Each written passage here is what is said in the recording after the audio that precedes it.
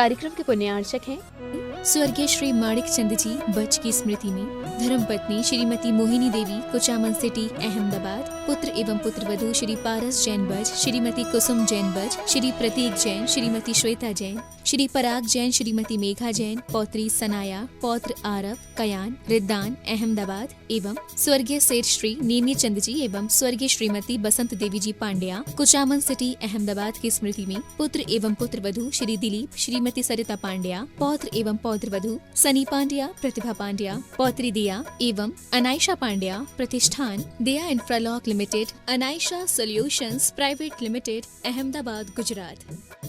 Doctor Satish Doshi, doctor Sunetra दोषी, श्री सत्यजीत दोषी, सौभाग्यवती सरिता दोषी, श्री मलय मेहता, सौभाग्यवती प्राजक्ता मेहता, श्री सुजय दोषी व सौभाग्यवती अबोली दोषी, कुमारी राशि मलय मेहता, राजकोट, चिरंजीव वंश सत्यजीत दोषी, कुमारी रेवा सुजय दोषी, चिरंजीव रेवांश सुजय दोषी, दोषी अल्ट्रासाउंड क्लिनिक, संग्राम नगर, अकलोज, जिला सोलापुर, महाराष्ट्र। श्री आनंदीलाल प्रदीप कुमार जैन परिवार, प्रदीप चूड़ीवाल, दिलीप चूड़ीवाल, ललित चूड़ीवाल, अनिल चूड़ीवाल, राहुल चूड़ीवाल, निखिल चूड़ीवाल, सिद्धार्थ चूड़ीवाल, प्रणय चूड़ीवाल, इंद्रमणि B27, श्री राम मार्ग, श्यामनगर, जयपुर, राजस्थान।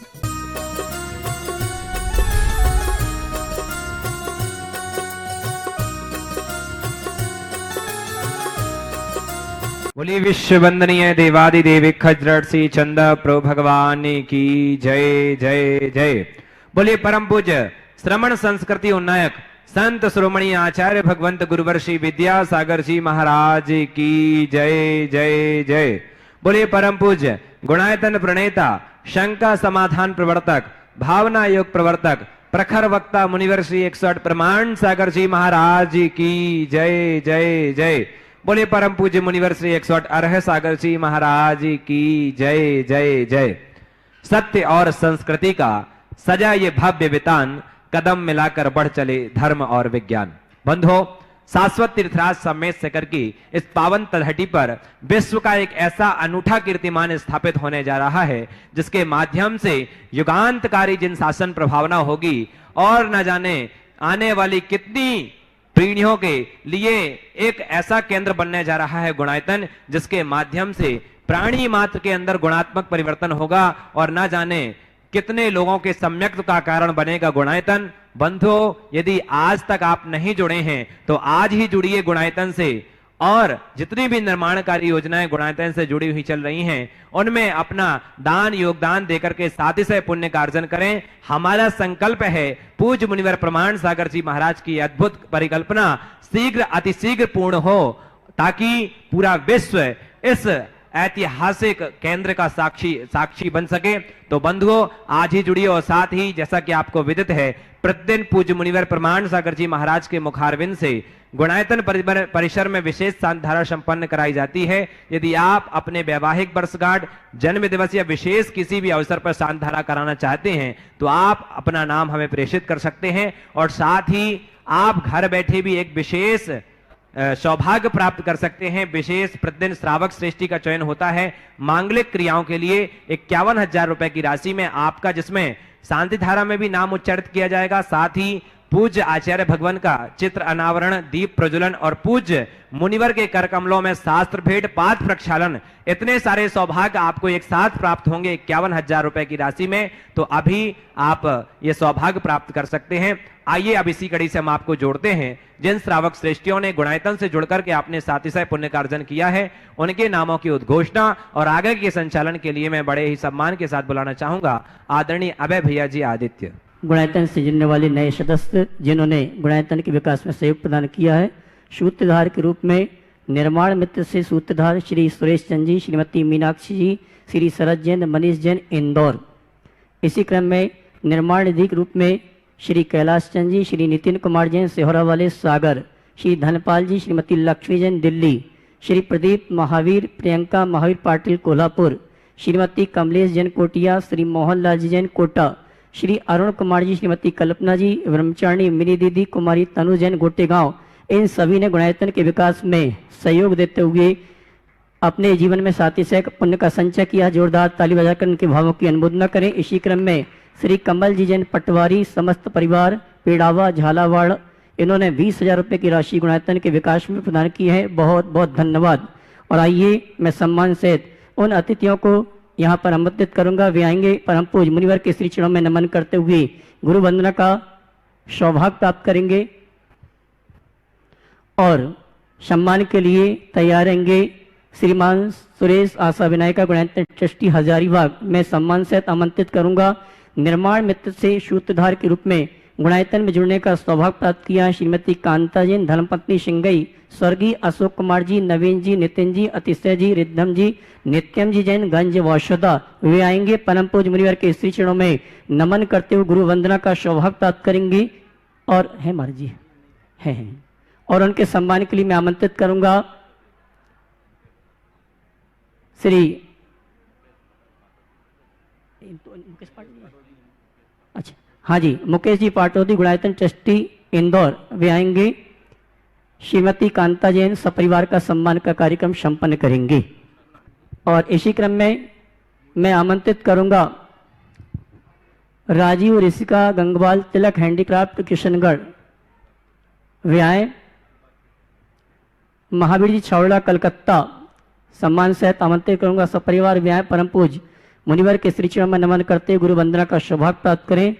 और उनके सम्मान के लिए पुनः आमंत्रित करूंगा हमारे इंदौर निवासी गुणायतन ट्रस्टी श्रीमान मुकेश जी पाटोदी जी को। सपरिवार महावीर जी छावड़ा कलकत्ता सपरिवार आए। परम पूज्य मुनिवर के श्री चरणों में नमन करते हुए गुरु वंदना का सौभाग्य प्राप्त करें। और उनके सम्मान के लिए मैं आमंत्रित करूंगा मुकेश पाटोदी जी गुणायतन ट्रस्टी और मोहित जी काला शिकर मोरे कलकत्ता। श्री महावीर जी छावड़ा कलकत्ता सपरिवार हमारे बीच उपस्थित हैं। वे परम पूज्य मुनिवर के श्री चरणों में नमन करते हुए। और आइए चलते हैं यहाँ पर उपस्थित श्रावक श्राविकाओं की ओर से जिनवाणी चैनल प्रमाणिक है पारस चैनल के माध्यम से जिस कार्यक्रम को देख और सुन रहे हैं उन सभी की ओर से परम पूज्य गुरुवर के श्री चरणों में त्रिवार नमन करेंगे और उनके आशीर्वाद से आज के शंका समाधान के कार्यक्रम को प्रारंभ करेंगे। हे मुनिवर नमोस्तु नमोस्तु नमोस्तु। आइए यहाँ पर उपस्थित श्रावकों के माध्यम से शंका समाधान के कार्यक्रम को प्रारंभ करेंगे। और सबसे पहले प्रश्न के लिए आमंत्रित करेंगे टीकमगढ़ निवासी सभी युवा साथी मानस जी, आशीष जी, हर्ष जी, अर्पण जी, स्पर्शी, धैर्य जी, रजित, मानस, सम्यक, अतिशय, टीकमगढ़ ये सभी आएंगे एक साथ। और उसके बाद पहुंचिए सब। और इसके बाद तैयार रहेंगे अर्चित जैन मंडी वामोरा। महाराज जी टीकमगढ़ से नायक परिवार की ओर से और मित्रगण की ओर से और समस्त सकल दिगंबर जैन समाज की ओर से बारंबार नमोस्तु। महाराज जी नमोस्तु। वर्तमान में जो युवा शक्ति है उसको अपना ज्यादा समय पूजन पाठ में लगाना चाहिए या जय आयतन जैन धर्म जैन संस्कृति की सुरक्षा की देखरेख में लगाना चाहिए, क्योंकि युवाओं के पास ताकत होती है, ऐसे कामों के लिए ताकत की जरूरत पड़ती है। कृपया मार्गदर्शन दीजिए। देखिए बिल्कुल सही सवाल किया है कि युवाओं को अपनी शक्ति कहाँ लगानी चाहिए। एक पंक्ति में कहूँगा युवाओं को अपनी शक्ति रचनात्मक दिशा में लगानी चाहिए। जहाँ तक पूजन पाठ आदि की क्रियाएं हैं ये भी बहुत उपयोगी क्रिया है। पूजन पाठ करना चाहिए, उससे हमें सकारात्मक प्रेरणा मिलती है, हमारे संस्कार अच्छे होते हैं, सोच निर्मल बनती है और जीवन पवित्र बनता है। अच्छी सोच, अच्छे संस्कार और पवित्र जीवन के माध्यम से हम जो कार्य कर सकते हैं वो अन्य माध्यमों से नहीं कर सकते। इनके साथ जब जरूरत पड़े धर्म, समाज, संस्कृति और राष्ट्र की रक्षा के लिए अपना तन मन धन सब लगा देना चाहिए। और एक बात ये भी समझना चाहिए कि यदि कभी हम इस तरह के कार्य में लगे हैं और पूजा पाठ छूट रहा है तो कोई विकल्प नहीं, इसे भी अपनी पूजा मान करके संपादित करना चाहिए। समाज की रक्षा, संस्कृति की रक्षा, राष्ट्र का विकास, धर्म की रक्षा भी एक प्रकार की पूजा है, इसलिए उस दृष्टि में अपना ध्यान देना चाहिए।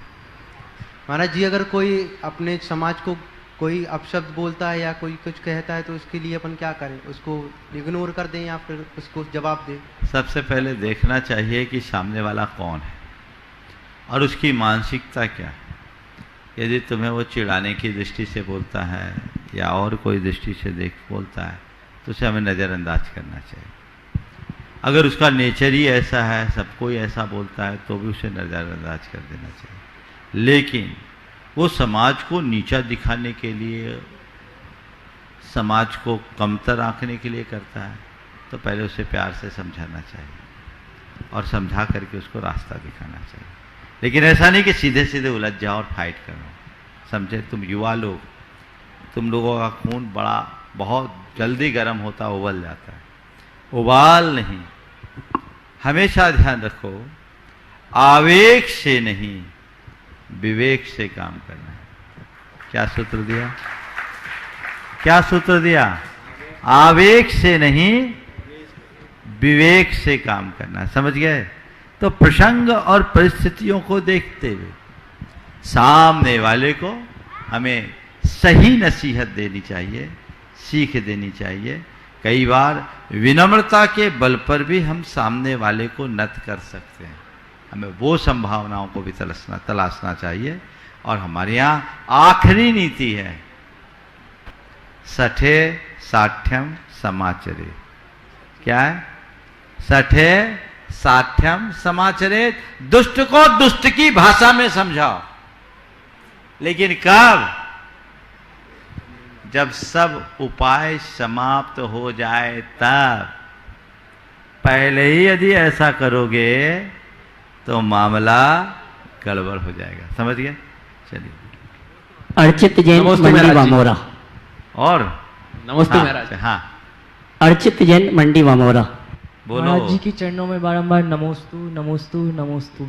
महाराज जी, मेरा प्रश्न यह है कि श्री मंदिर जी में जिन बम पर चिड़िया का बैठना कैसा है, और क्या चमड़े के वाद्य यंत्र मंदिर जी में बजाना चाहिए? भगवान के ऊपर चिड़िया का बैठना कैसा है? जी देखिए, चिड़िया बैठती है, बीट भी कर देती है, तो मंदिर के व्यवस्थापकों को चाहिए कि भगवान की वेदी इस तरीके से रखे कि चिड़िया आदि बैठ ना पाए। मंदिर का अंतःकक्ष ऐसा हो कि उनका प्रवेश ही ना हो। समझ गए ना? और क्या पूछा?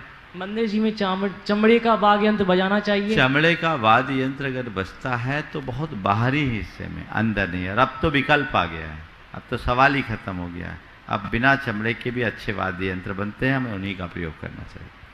और आइए कुछ ऑनलाइन प्रश्नों के लिए आशीर्वाद चाहूँगा। मुनिवर आदिश पाटनी गुणायतन ट्रस्टी, उनकी माता श्री और परिवार के सभी सदस्य आपके श्री चरणों में नमन करते हुए, नलखेड़ा आगर मालवा से नमन करते हुए आशीर्वाद प्राप्त करना चाहते हैं और निवेदन कर रहे हैं। मुनिवर, आपके आशीर्वाद से गुणायतन से जुड़ने का हमें सौभाग्य प्राप्त हुआ, लेकिन और आगे बढ़ना चाहते हैं। गुणायतन के विकास के लिए इसका पूरा आशीर्वाद चाहिए। और प्रश्न कर रहे हैं, गुरुवर, दिल से प्रशंसा, दिमाग से हस्तक्षेप और विवेक से प्रतिक्रिया, ये तीनों बातें हम अपने जीवन में कैसे लाएं जिससे हम स्वयं अपने एवं दूसरे के जीवन का मार्ग प्रशस्त कर सकें? दिल से प्रशंसा, दिमाग से हस्तक्षेप और विवेक से प्रतिक्रिया। देखिए, सबसे पहले तो मैं आशीर्वाद दूंगा आदिश और उनकी माता जी को। बहुत उत्तम भावना उन्होंने भाई है, गुणायतन से जुड़कर और आगे बढ़ने की भावना। मैं तो सभी लोगों से कहूँगा, जो लोग गुणायतन से जुड़े हैं वे जुटे, आगे बढ़े। जुड़ने के साथ जुटना जरूरी है, क्योंकि गुणायतन एक बहुत बड़ा प्रकल्प है। जिन लोगों ने गुणायतन के स्वरूप को देखा और समझा, वो जानते हैं कि यहाँ अभी कितनी आवश्यकता है। तो मैं सभी लोगों से कहूँगा, सभी भक्तों से कहूँगा, जिन्होंने अपना प्रारंभिक चरण में जो भी योगदान दिया है, जैसे इन्होंने अपनी इच्छा से, और रोज ऐसा होता है, लोग अपनी अपनी इच्छा से यहाँ अपने आप को पहले से और आगे बढ़ाने की भावना व्यक्त करते हैं। सबको बेहतर करने का भाव रखना चाहिए, खुद को आगे बढ़ाना चाहिए और औरों को भी आगे बढ़ने की प्रेरणा देना चाहिए। तभी हम इस सपने को साकार करने में समर्थ हो सकेंगे। सबसे बड़ी सवाल आपने पूछा है, दिल से प्रशंसा, दिमाग से हस्तक्षेप और विवेक से प्रतिक्रिया करने की कला कैसे सीखे। देखिए, जब हमारा दिल किसी से मिल जाता है तो स्वाभाविक तौर पर उसके प्रति अच्छे भाव होते हैं और उसकी प्रशंसा हमारे मुख से होती है। हम उसकी निंदा करते हैं जिसके लिए हमारे दिल में जगह नहीं होती। हम हृदय सदैव उसके गीत गाते हैं जिसको हम अपने हृदय में बिठा पाते हैं। तो दिल मिले ऐसा काम करो, दिल टूटे वैसा काम न करो। पहली बात तो दिल से प्रशंसा दिल के मिलने पर ही होगी, अन्यथा नहीं। दिमाग से हस्तक्षेप, ऐसे हस्तक्षेप बहुत अच्छी बात नहीं मानी जाती। इंटरफेरेंस कोई पसंद नहीं करता, लेकिन हमें उतना ही और वही इंटरफेयर करना चाहिए, हस्तक्षेप करना चाहिए जहां उसकी आवश्यकता है। भावनाओं में बहकर जो छोटी छोटी बातों में हस्तक्षेप करते हैं, वो अपना जीवन और सामने वाले का जीवन बर्बाद कर देते हैं, अपने संबंधों को बिगाड़ देते हैं। उनकी रोज किसी न किसी से किटर पिटर होते रहती है, किसी न किसी से क्या, जिस चाहे से उसकी स्टेशन फंस जाती। हस्तक्षेप कम हो, हस्तक्षेप की जरूरत ही नहीं हो, हस्तक्षेप होना ही नहीं चाहिए। जहां जरूरी है वहां दिमाग से हस्तक्षेप, अर्थात जितना आवश्यक है, जिस वेग से आवश्यक और अपेक्षित है उतना और उसी वेग से हस्तक्षेप हो, अधिक न हो। और विवेक से प्रतिक्रिया, अगर आपका विवेक जागृत होगा, आपको औचित्य का बोध होगा, आपकी प्रतिक्रिया नियमता अच्छी और संयत होगी। तो विवेक मूलक प्रतिक्रिया सदैव होनी चाहिए। विवेक को जागृत रखने के लिए क्या करें? अपने आपने जो भी प्रतिक्रियाएं व्यक्त की रोजमर्रा के जीवन में एक प्रयोग करिए। शाम सोने से पहले अपने सुबह से शाम तक की सारी बातों को रिकॉल करिए। देखिए मैंने कौन कौन सी कैसी कैसी प्रतिक्रिया की और कहां कहां मेरी नकारात्मक प्रतिक्रियाएं हुई। जहां जहां नकारात्मक प्रतिक्रिया प्रतीत हो, तय करो अब कभी ऐसी सिचुएशन आएगी तो मैं ऐसी प्रतिक्रिया नहीं दूंगा, मुझे विवेक से प्रतिक्रिया करना है। आज के बाद मैं इस तरह की प्रतिक्रिया नहीं करूंगा, ऐसी सोच बना लोगे तो धीरे धीरे आपका विवेक जागृत होगा और आप अपना पथ प्रशस्त कर सकोगे। राज पीएल गुणांश पहाड़िया रंजिया गुणायतन ट्रस्टी मुनिवर आपके श्री चरण नमन करते हुए प्रश्न कर रहे हैं। मुनिवर, कल हमें मांगलिक क्रिया का पुण्यार्जक बनने का सौभाग्य प्राप्त हुआ। कल मेरा पुत्र गुणांश 1 वर्ष का हो गया। हम आपके पास तो नहीं आ पाए, परंतु परोक्ष रूप से हमें शास्त्र भेंट, पाद प्रक्षालन और आपका आशीर्वाद प्राप्त हुआ। आपके आशीर्वाद से गौशाला में भी उसके द्वारा चारा खिलवाया, अनाथालय में जाकर वहां जरूरत का सामान और 500 से अधिक लोगों को भोजन भी उसी से वितरित कराया। तो क्या गुरुवर वह अभी कुछ नहीं जानता, फिर भी उसके परोपकार के संस्कार पड़ेंगे या नहीं? मैं राज और उसके परिवार को बहुत बहुत आशीर्वाद देता हूं, जिन्होंने अपने बच्चे के जन्मदिन को आडंबर से मुक्त होकर परोपकार की भावना के साथ पूरा किया, परमार्थ के साथ किया। और यही साथ सम्मत विधि और व्यवस्था है। हमें ऐसा ही करना चाहिए। यहाँ नहीं आ पाए पर प्रत्यक्ष रूप से न सही परोक्ष रूप से जो व्यक्ति कई दिन पहले से कह चुका था कि इस तारीख को 5 तारीख थी ना, 5 अगस्त को हमारे बेटे का जन्मदिन है, हम उसे महाराज श्री के सानिध्य में संपन्न करना चाहते हैं। सीधे नहीं आ पाया तो वर्चुअल आ गया। बहुत अच्छा उदाहरण, भगवान का अभिषेक कराना, शांति धारा कराना, यहाँ का मांगलिक कार्य संपन्न कराना, उसमें अपने बेटे को शामिल करना विशेष पुण्यबंध का कारण। इसी तरह जीव दया का कार्य करना, गौशाला में सहयोग करना, अनाथालय में सहयोग करना, 500 लोगों को भूखों को भोजन कराना, ये सब लोकोपकार के कार्य हैं। ऐसे पारमार्थिक कार्यों में अपना द्रव्य लगाना चाहिए। लोग पार्टियां देते, लाखों रुपया फूंक देते हैं, थोड़ी देर के लिए लोगों का मुंह मीठा होता है और बाहर आके वही आलोचना करते हैं। ऐसा करके क्या पाओगे? जिनको तुमने बुलाया वो तुम्हारी कमियां निकालेंगे, सराहना कम करेंगे। अच्छे कार्य में अपना द्रव्य लगाओ। और मैं अक्सर कहता हूं, जो अभय दान देता है उसकी अब मृत्यु टलती है। अपनी वर्षगांठ मनानी हो, जन्मदिन मनाना हो, तो जन्मदिन को ऐसा मनाओ कि वो विशेष पुण्य के बंध का हेतु बने, ताकि भावी जीवन निर्मल हो सके, तुम्हारा भविष्य उज्जवल हो सके। और आप लोग तो बनिया हो, आपको मैं बनिया की भाषा में ज्यादा अच्छे से समझा पाऊंगा। हमेशा अपनी बैलेंस शीट का ध्यान रखो। समझ गए? आप लोग तो रखते हो ना बैलेंस शीट। थोड़ी भी गड़बड़ाती है महाराज तो रात की नींद उड़ जाती है, होता है। अपनी बैलेंस शीट, अपनी बैलेंस शीट को कैसे ठीक करना है? तो अपने बैलेंस शीट को देखो, ज्यादा कुछ नहीं कर सकते हो तो जितना अर्जित लेकर आए हो उससे, जितना संचित लेकर आए हो उससे ज्यादा अर्जित करके जाने का लक्ष्य बना लो, जीवन संतुलित होगा। जितना संचित लेकर आए उससे ज्यादा अर्जित करके जाओ।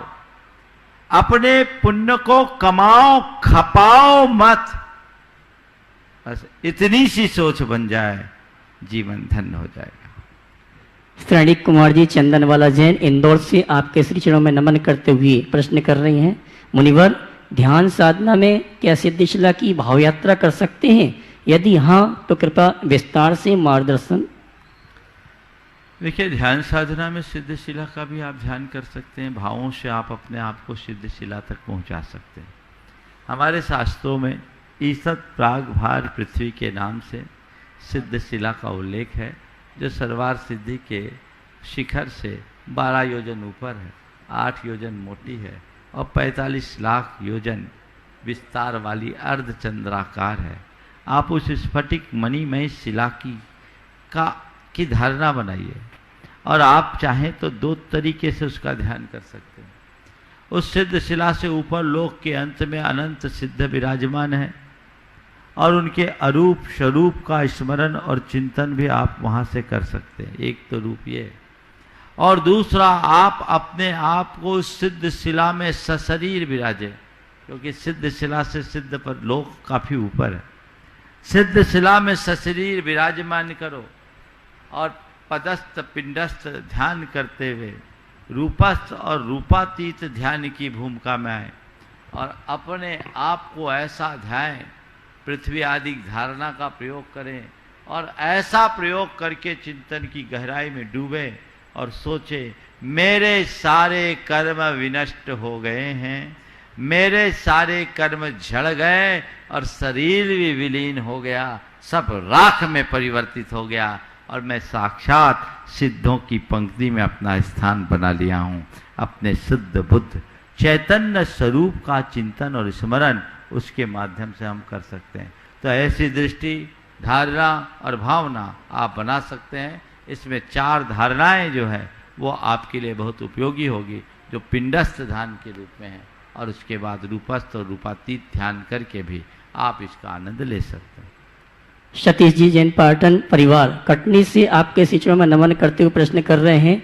मुनिवर, श्री राम ने कभी सिंह नहीं लिखा, श्री कृष्ण जी ने कभी यादव नहीं लिखा, परशुराम जी ने कभी ब्राह्मण नहीं लिखा, महावीर स्वामी जी ने कभी जैन नहीं लिखा, फिर हमें कौन बांट गया और कौन बांट रहा है? मुनिश्री, हमें ऐसा क्या करना चाहिए कि हम सभी एक बने, अनेक नहीं? कृपया समाधान कीजिए।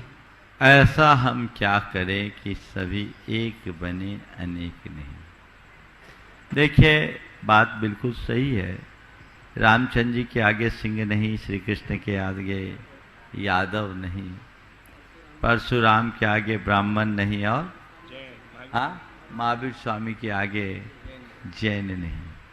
ये क्यों हुआ? देखिए, मेरा मानना है ये सब लिखने से बुरा नहीं है, ये तो हमारे इतिहास का एक आधार है। रामचंद्र जी के लिए यदुकुल, रघुकुल का नायक माना गया। कृष्ण को यदुकुल तिलक कहा गया, भगवान महावीर को लिच्छवियों का सिरमौर माना गया, और परशुराम को भी ब्राह्मण के रूप में जाना गया। ये हमारा इतिहास है। ऐसा नहीं कि इनके साथ कुछ नहीं लिखा गया, लेकिन एक ही बात को ध्यान में रखना चाहिए जो मैं एक वाक्य में कहूंगा। जातियां बुरी नहीं हैं, वो हमारी पहचान का आधार है। जातियां सुरक्षित होनी चाहिए। जातियां बुरी नहीं है, जातीयता बुरी है। संप्रदाय बुरा नहीं है, सांप्रदायिकता बुरी है। धर्म बुरा नहीं है, धर्मांधता बुरी है। पंथ बुरा नहीं है, पंथवाद बुरा है। सोच को व्यापक रखें, और यही हमारी संस्कृति है, अनेकता में एकता की, उस मंत्र को लेकर चलें। और आइए यहाँ पर उपस्थित श्रावकों के माध्यम से शंका समाधान के कार्यक्रम को गति प्रदान करेंगे, और मैं आमंत्रित करूंगा आज के मांगलिक क्रिया पुण्यार्जक श्री निर्मल कुमार जी, शरोद देवी गंगवाल, विजयनगर, आसाम, और उसके बाद तैयार रहेंगे पंडित शुभम जी शास्त्री, बड़ा मलहरा, सजल जैन। इसके बाद तैयार रहेंगे मोहित काला, सीकर मोर, कलकत्ता, गुणायतन ट्रस्टी। समस्त विजयनगर जैन समाज की तरफ से महाराज श्री को बारंबार नमोस्तु नमोस्तु नमोस्तु। महाराज श्री, आज आपका सुबह का प्रवचन सुनकर मन बड़ा हर्षित हुआ। महाराज श्री, हम आज जीवन के उस पड़ाव पर हैं जहां हमें मार्गदर्शन की सख्त जरूरत है, जिससे हम अपने इस बचे हुए जीवन में संयम, दान एवं धर्म ध्यान पूर्वक अपना जीवन सुव्यवस्थित कर व्यतीत कर सके। महाराज श्री, आज हम संकल्प पूर्वक आपको गुरु मानकर जीवन की नई शुरुआत करना चाहते हैं। हमको आशीर्वाद दीजिए, मार्गदर्शन दीजिए। देखिए, बहुत अच्छी बात है। जीवन के 65-70 वर्ष व्यतीत होने के बाद अगर जीवन में ये भाव आया है तो भी प्रशंसनीय है। आज आपके अंदर इस बात का अनुभव हुआ कि मुझे अपने जीवन के कल्याण के लिए किसी आलम्बन की जरूरत है, किसी मार्गदर्शक की जरूरत है, अपनी नैया को पार उतारने के लिए किसी खेवटिया की जरूरत है। ज़्यादातर लोग तो अपनी रौ में रहते हैं, उनके लिए इन सब चीज़ों का कोई मूल्य और महत्व ही नहीं होता। पूरा जीवन ही व्यतीत कर देते हैं, बर्बाद कर देते हैं।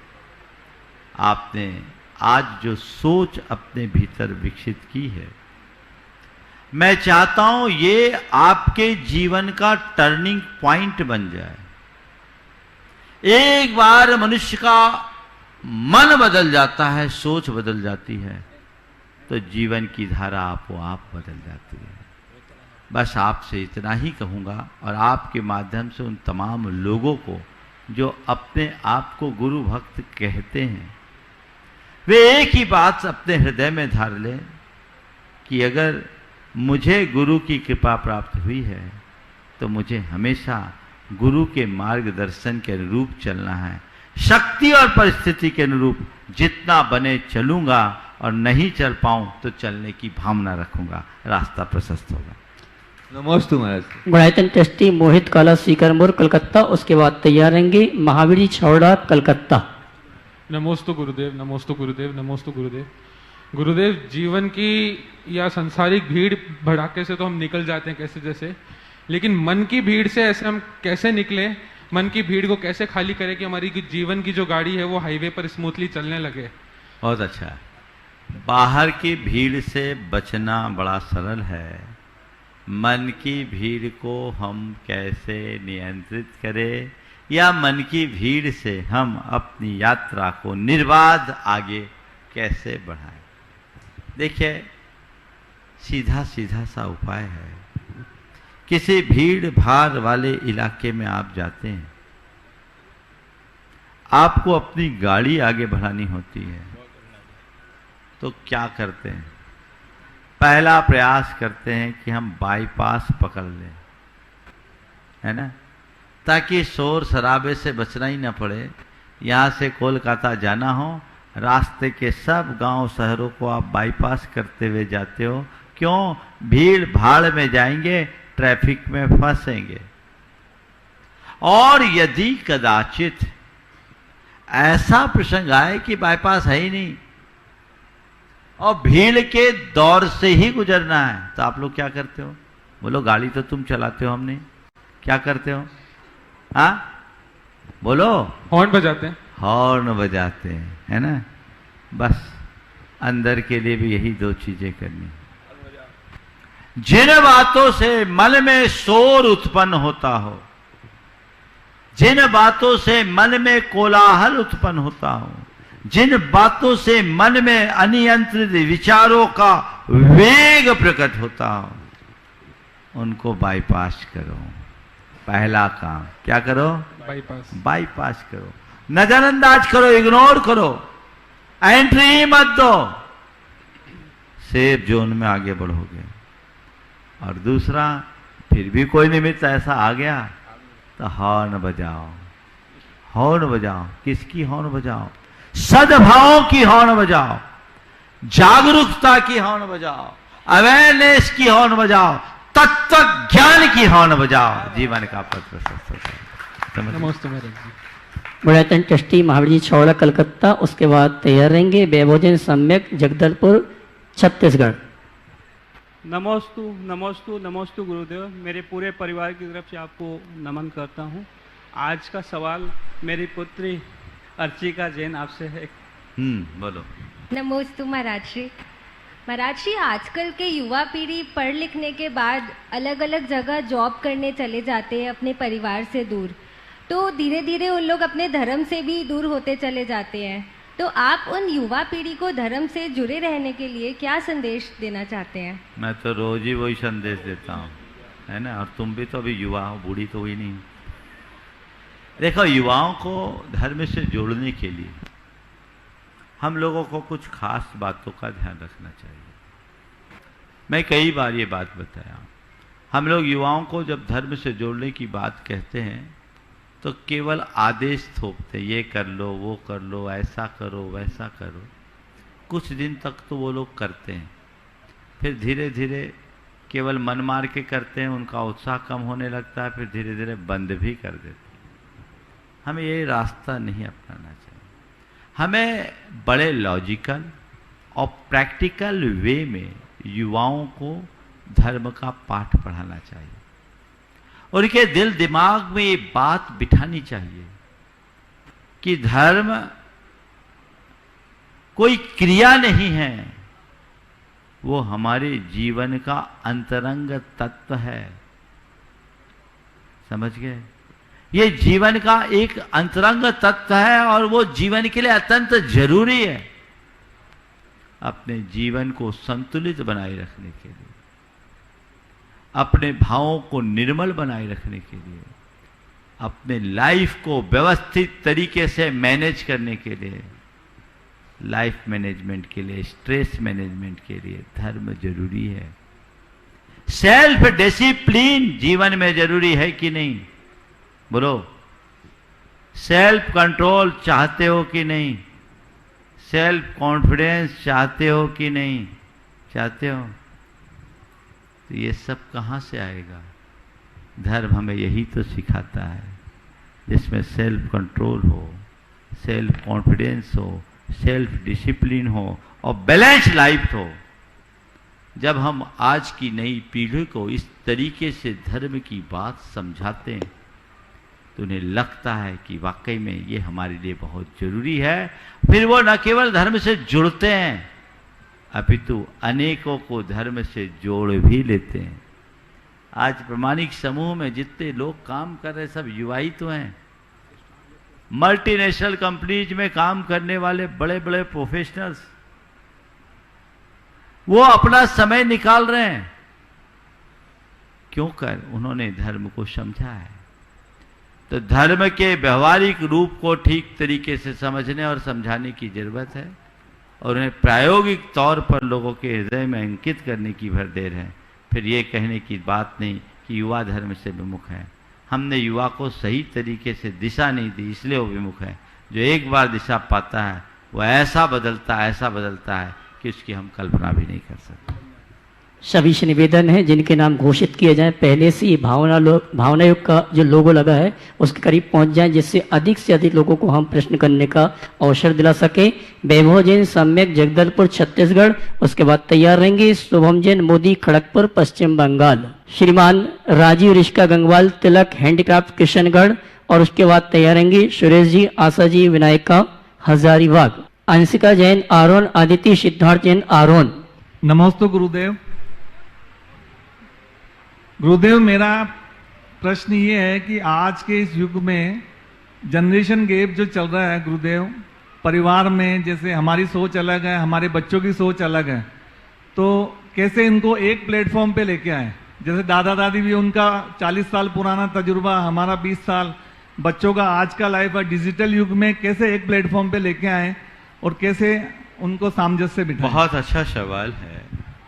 इस बदलते दौर में सब पीढ़ियों को एक साथ कैसे लाए, बहुत अच्छा सवाल। देखिए, मेरा एक कहना है, change is the nature of the nature. परिवर्तन प्रकृति का स्वभाव है, बदलाव होगा, हमें एक्सेप्ट करना होगा। मैं आपसे एक सवाल करता हूं, आपकी जो छवि अभी है, 20 साल पहले राजीव का यही लुक था क्या? नहीं था महाराज।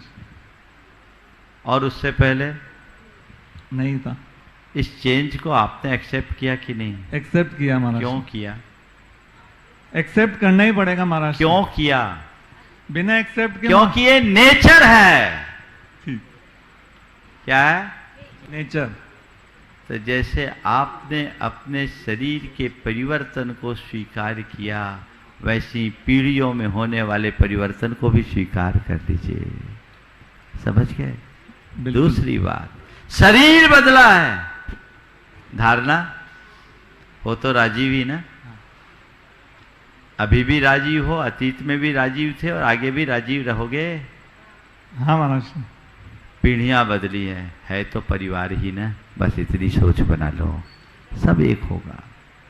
हर व्यक्ति की क्षमता और योग्यता का मूल्यांकन करे, उसको उसके अनुरूप आगे बढ़ने का अवसर प्रदान करे, तब वो आगे बढ़ेंगे।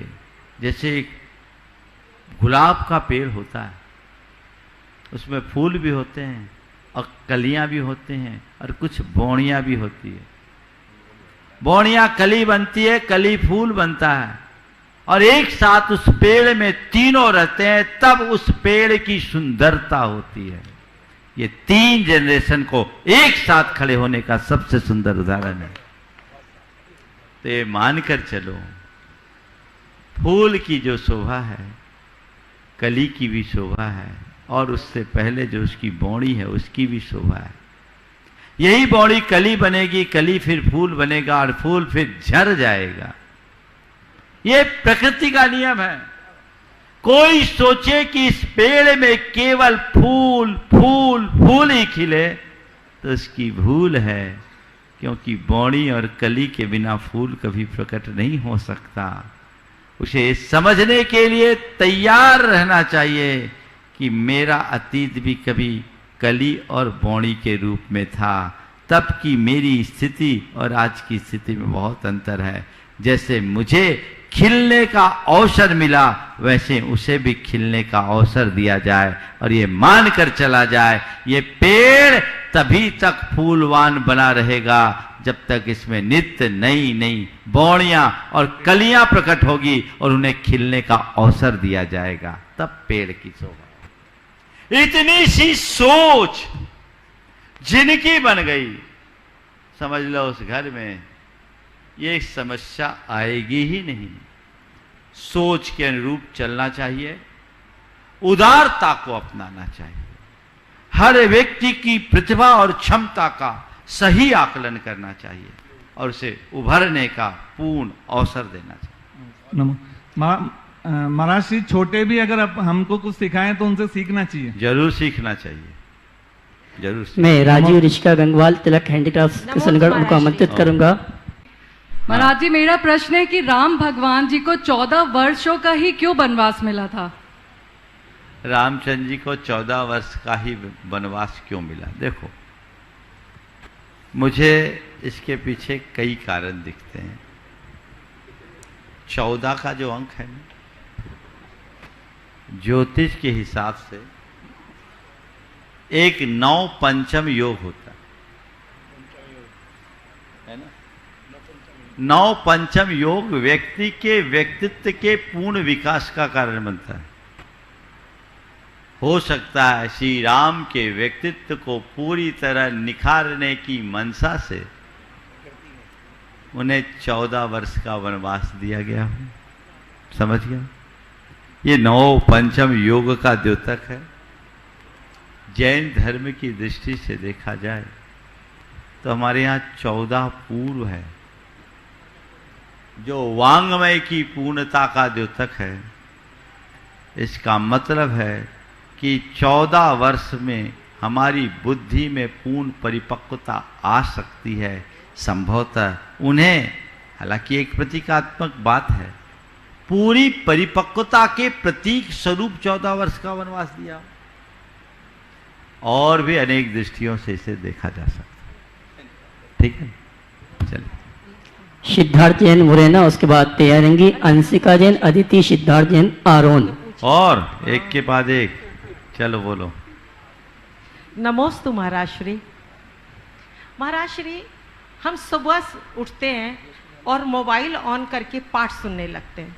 तत्वार सूत्र जो हमारे माने उसका बाइबल कहा जाता है, जैन धर्म का बाइबल, और हम नित्य नियम के कार्य करते हैं। वो तत्वार सूत्र हो या भगवान के 1000 नाम हो, तो क्या ये हम सही कर रहे हैं? अच्छा है ना, इधर उधर की बात तो नहीं कर रही, नहीं तो और कुछ सुनने लगोगे। धार्मिक बातें सुनकर करना अच्छा है, लेकिन इसमें एक संशोधन हो जाए तो और अच्छा है। हाँ। भजन, विनती, पाठ, स्तवन सुनते हुए काम करो, लेकिन ग्रंथ को एकाग्र चित्त होकर सुनो। तत्वार सूत्र हमारा एक महान ग्रंथ है, उसे चलते फिरते सुनना ठीक नहीं है। उसके लिए समय निकालिए, एक साथ मल्टीटास्किंग नहीं। जैसा आप लोग कर लेते, कुछ लोग तो होशियार हैं, प्रवचन भी सुनते रहते हैं, माला भी गिनते रहते, दोनों काम, ना उनका प्रवचन होता है ना उनकी माला होती। चलिए ठीक है, इधर उधर के कार्यों से तो आप बच गए, लेकिन जब भी ऐसा कुछ हो, हम मूल ग्रंथों का एक चित्त होकर ही पाठ करें, बैठ जाएं, पाठ करें तो पाठ करें, ताकि उसका असर भी हमें कुछ मिल सके। सिद्धार्थ जैन मुरैना, अपनी शंका का समाधान प्राप्त करें। उसके पहले राजीव ऋषिका गंगवाल तिलक हैंडीक्राफ्ट किशनगढ़, उनके सम्मान के लिए मैं बुलाऊंगा मुकेश जी पाटोती, गुणायतन ट्रस्टी, इंदौर।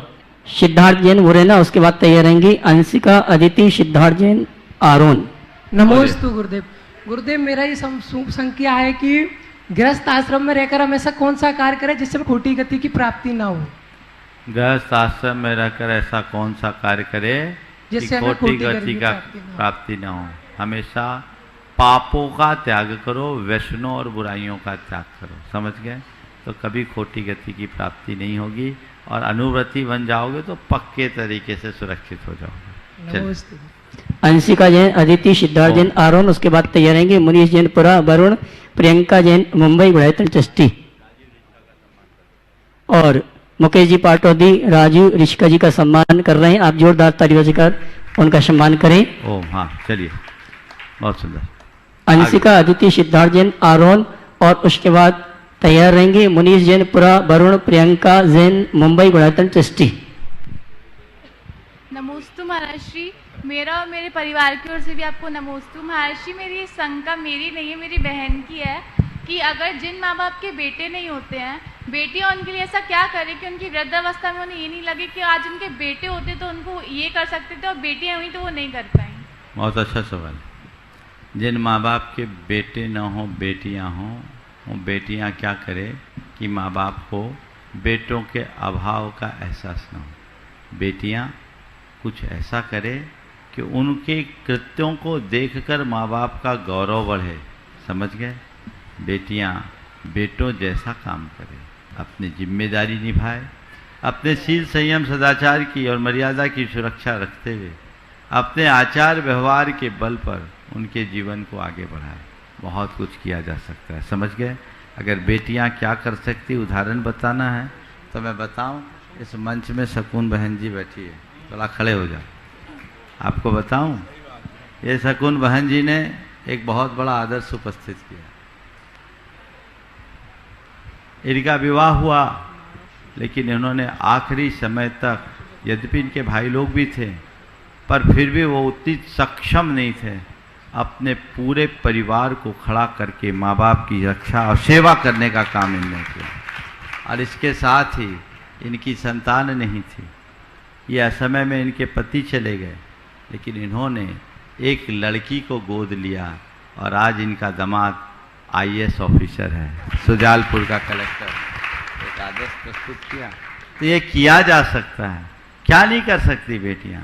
आजकल जब बेटियों की बात करेंगे तो बेटियों का यही मन होता है हम पुरुषों के जैसा काम करें। अरे पुरुषों जैसा काम क्यों करो? अपनी मर्यादा में रहते हुए घर के कुल के गौरव को बढ़ा दो, यही सबसे बड़ी बात है। नमोस्तु महाराज। ओम। हे गुरुदेव, नमोस्तु नमोस्तु नमोस्तु। मेरी शंका ये है कि काल दोषी क्यों, जब सारा खेल पुण्य पाप का? काल दोष? अपन दोष देते हैं, पंचम काल है, ये दुर्घटना हुई, जब काल भाव के अनुरूप कर्म का फल मिलता है, इसलिए काल को दे देते हैं, पर काल का असर कम है, दिमाग का असर ज्यादा। चलो आगे। मुनीष जी, पुरुदेव, वरुण, प्रियंका जैन, मुंबई गुणायतन ट्रस्टी, उसके बाद तैयारंगी, सौम्या जैन, बेगमगंज, रायसेन। जिनको बुलाया वो आओ। गुरुदेव के चरणों में बारंबार नमोस्तु नमोस्तु नमोस्तु। गुरुदेव, मेरा प्रश्न यह है कि हम पुण्य की स्वच्छता को पाप के दागों से कैसे बचाएं? पुण्य की स्वच्छता को हाँ पाप के दागों से कैसे बचाएं? पुण्य की स्वच्छता को पाप के दागों से कैसे बचाएं? देखो, जब साफ सुथरे कपड़े पहन करके चलते हो और कहीं कीचड़ होता है तो क्या करते हो? महाराज जी सावधानी रखते हैं, उनसे दूर हो जाते हैं। छींटे ना पड़े, सावधानी रहे। बस अपनी प्रत्येक प्रवृत्ति में सावधानी रखो, तुम्हारे दामन में पाप के कोई छींटे नहीं पड़ेंगे और जीवन सुरक्षित रहे। नमोस्तु महाराज। ओम। हो गया? अगला नंबर। नमस्ते महाराज जी, मेरा नाम है देव, मैं जिंदा का हूँ, मैं बम्बई से हूँ। मेरा प्रश्न ये है, मैं अतारहवीं बार दर्शन करने जा रहा हूँ, मैं क्या भाव रखूँ? हाँ जाओ, जल्दी चले जाओ, आशीर्वाद। चलो। सौम्या जैन, बेगमगंज, रायसेन, उसके बाद तैयारंगी, चंदनवाला, पटौदी, इंदौर। सौम्या जैन, बेगमगंज, रायसेन, उसके बाद तैयारंगी, चंदनवाला, मुकेश पाटौदी, इंदौर गुणायतन ट्रस्टी, और उसके बाद तैयारंगी, सुशील, सोहा पांड्या, झुमरी, तलैया, झारखंड। नमोस्तु महाराज श्री। महाराज श्री, यात्रा करवाना और करवाने के लिए बाद में लोगों को बार बार उत्साहित करना, ये कहाँ तक उचित है महाराज जी? और दूसरा, आपके परम भक्त सुनील बिलाला जी ने अभी आपको नमोस्तु बोल के आशीर्वाद मांगा महाराज। ओ, देखो, पहले तो उन्हें आशीर्वाद बोलो, और दूसरी बात, यात्रा करना, कराना और उनको करने के लिए बार बार प्रेरित करना कहाँ तक उचित? देखिए, हमारे शास्त्रों में तीर्थ यात्रा का बड़ा महत्व है। कल भी मैंने कहा था, अपने द्रव्य को 7 स्थानों में लगाना चाहिए, उसमें से एक तीर्थ यात्रा भी है। तो तीर्थ यात्रा के भाव से अगर आप अपने द्रव्य का विनियोजन करते तो अच्छा कार्य है, लेकिन यात्रा करने और कराने में थोड़ा सा हमको व्यापकता से सोचना चाहिए। आज तीर्थ यात्रा का चलन तो बढ़ा, लेकिन लोग क्या करते हैं, उनको तीर्थ यात्रा में लाते हैं जिनको तीर्थ यात्रा वो खुद के साधन से भी कर सकते हैं। वो आपके पास आते हैं, ऐसे आते मानो वो यात्रा करके आप पर एहसान कर दिया, आपको ओबलाइज किया, या आपने उनको ओबलाइज किया। ये दृष्टिकोण नहीं होना चाहिए। आप अपना द्रव्य लगाकर यात्रा कराते हो ना, तो ऐसे लोगों को यात्रा कराओ जो अपने साधन से यात्रा करने में अक्षम हो। या तो उनकी आर्थिक स्थिति अच्छी नहीं है, या परिवार में कोई संग या साथ न हो, ऐसे सब लोगों की यात्रा करा दो।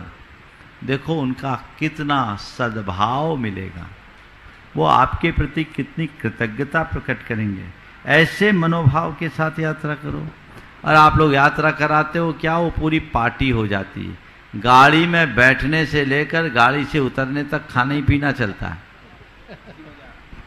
हंसी मजाक चलता है।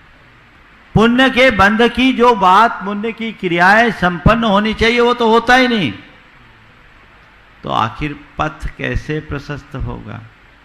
तो अपने जीवन का पथ प्रशस्त करना चाहते हो तो यात्रा को ये स्वरूप प्रदान करो। महाराज अपने रिश्ते नातेदारों को तो ले जाने की इच्छा होती, ले जाओ, प्रेरणा दो, उनसे निवेदन करो, पीछे मत पड़ो। आ जाए तो आ जाए, और एक वातावरण संयम का बनाओ। हम तीर्थ वंदना के लिए जा रहे, तीर्थ यात्रा में रहेंगे, एक आसन करेंगे, नहीं कर पाए तो कम से कम रात्रि में चारों प्रकार के आहार का त्याग करेंगे। आम दिनों जैसा जीवन नहीं जिएंगे। अब आप देखो शिखर जी जैसी जगह में कई लोग हैं जो रात्रि भोजन भी कर लेते हैं, अभक्ष्य भी खा लेते हैं। अरे यहां तो संयम रखो। कोई ना कोई गली निकाल लेते हैं, और रात में भोजन नहीं करेंगे तो फलाहार को फुलाहार बना देते हैं। संयम। हम तीर्थ यात्रा के लिए निकले, एक तपस्या की भावना से निकले। यहां हमारा ध्यान जाना चाहिए कि नहीं, यहां हम अपने आप को जितना कस सके कस ले तो जीवन का आनंद आए। जितनी हम व्यवस्था बना सके करें। नमस्कार। सुशील सुबह पांड्या झुमरी तलैया, उसके बाद यह रहेंगी चंदन बाला जैन कोलकाता। गुरुवर के चरणों में मेरा, मेरे परिवार का, सौरभ, अंकिता, गौरव निधि का नमोस्तु नमोस्तु नमोस्तु। गुरुवर ऐसा कहते हैं कि इंसान भाग्य लेकर इस दुनिया में आता है और कर्म को साथ लेकर के जाता है, लेकिन फिर ऐसा क्यों कहते हैं कि इंसान खाली हाथ आता है और खाली हाथ जाता है? ऐसा विरोधाभास क्यों? गुरुवर समाधान दें। देखिए बात ऐसे, लोगों को ना भाग्य दिखता है ना अपना कर्म दिखता है। जो उसने बाहर जोड़ा वही सब दिखता है। तो जिंदगी भर में जो इंसान जोड़ता है वो न लेकर आता है न लेकर जा सकता है। इसलिए कहते हैं खाली हाथ, मुट्ठी बांधे आता है, हाथ पसारे जाता है। इसे थोड़ा और दूसरे अर्थ में रखो। खाली हाथ आता है, खाली हाथ जाता है, ये कथन अपेक्षाकृत ठीक नहीं है। मुट्ठी बांधे आता है, हाथ पसारे जाता है, ये कथन ज़्यादा सार्थक है। इसका अर्थ है पुण्य की मुट्ठी भर कर इस संसार में तुम आते हो और जिंदगी भर उस पुण्य को खरचते खरचते खरचते खरचते भोगते भोगते अंत में खाली हो जाते हो और हाथ पसार कर कंगाल होकर के जाते हो। इसलिए आए हो तो मुट्ठी बांध कर आए हो, झोली भर कर जाने की कोशिश करो जिससे जीवन का उद्धार हो। ओ चंदन वाला जैन कोलकाता, उसके बाद तैयार रहेंगे रूपचंद। हाँ। गुरुवर को नमोस्तु नमोस्तु। मैं शोभा पांड्या बोल रही हूँ। जिनका नाम लिया उनको अवसर दो। कौन है चंदन वाला? नहीं है, चलिए बोलिए। हाँ गुरुवर, एक कहावत है आंसू पीना। तो गुरुवर, जो आंसुओं को पीना जानता है हम उसे मजबूत मन को कहते हैं, और जबकि आंसुओं का वजन नहीं होता है, पर अगर वो बहते हैं तो मन हल्का हो जाता है। तो गुरुवर, हम आंसू को किस रूप में अच्छा माने, पीने वाले आंसू को या बहने वाले आंसू को? कृपया मार्गदर्शन। देखिए, आंसू पीना, आंसू बहना, आंसू पोंछना, आंसू बहाना और आंसू सुखा देना, सब अलग अलग क्रियाएं, और इन सब के पीछे अलग अलग भाव है। मैं कहूँगा कभी जरूरत पड़े तो आंसू पीना सीखो, परिस्थिति आ जाए तो आंसू बहा भी दो, और कोई के आंसू बह रहे हैं तो पोंछने की भी कोशिश करो, पर ऐसा काम कतई न करो कि सामने वाले की आंसू सूख जाए या तुम्हारे खुद की आंसू सूखे। हृदय में संवेदना बनी रहे तो हमारे जीवन का पथ आपो आप प्रशस्त होगा और हम अपने जीवन को सुंदर और बेहतर बनाने में समर्थ हो सकेंगे। तो हमें हर बात को प्रसंग और परिस्थिति के अनुरूप देखना चाहिए। आंसू पीने का मतलब है व्यक्ति को सहिष्णु बनना और आंसू बहाने का मतलब है संवेदनशील होना। कई मामलों में हमें सहनशील भी बनना चाहिए और कई मामले में हमें संवेदनशील होना चाहिए। एक पंक्ति में कहूँ तो स्वयं के कष्टों पर सहनशील बनो, औरों के कष्टों के प्रति संवेदनशील बनो। अपने आंसू को पियो और औरों के लिए आंसू बहाओ, जीवन धन्य होगा। समय आप सबका हो गया, यहीं पर विराम। बोलिए परम पूज आचार्य गुरुवर श्री विद्यासागर जी। बोले परम पूज मनी श्री 160 प्रमाण सागर जी महाराज की। बोले परम पूज मनी श्री 160 अरहंत सागर जी महाराज की।